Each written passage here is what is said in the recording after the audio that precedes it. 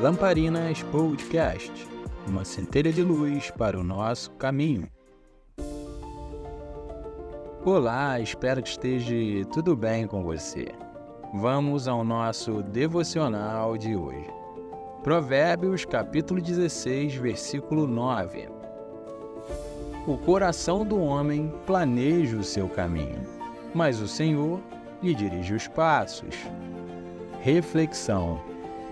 Este versículo aborda a tensão entre o livre-arbítrio humano e a soberania divina. Ele reconhece que o ser humano, com sua capacidade de planejamento e decisão, busca seguir um caminho de acordo com suas intenções e desejos.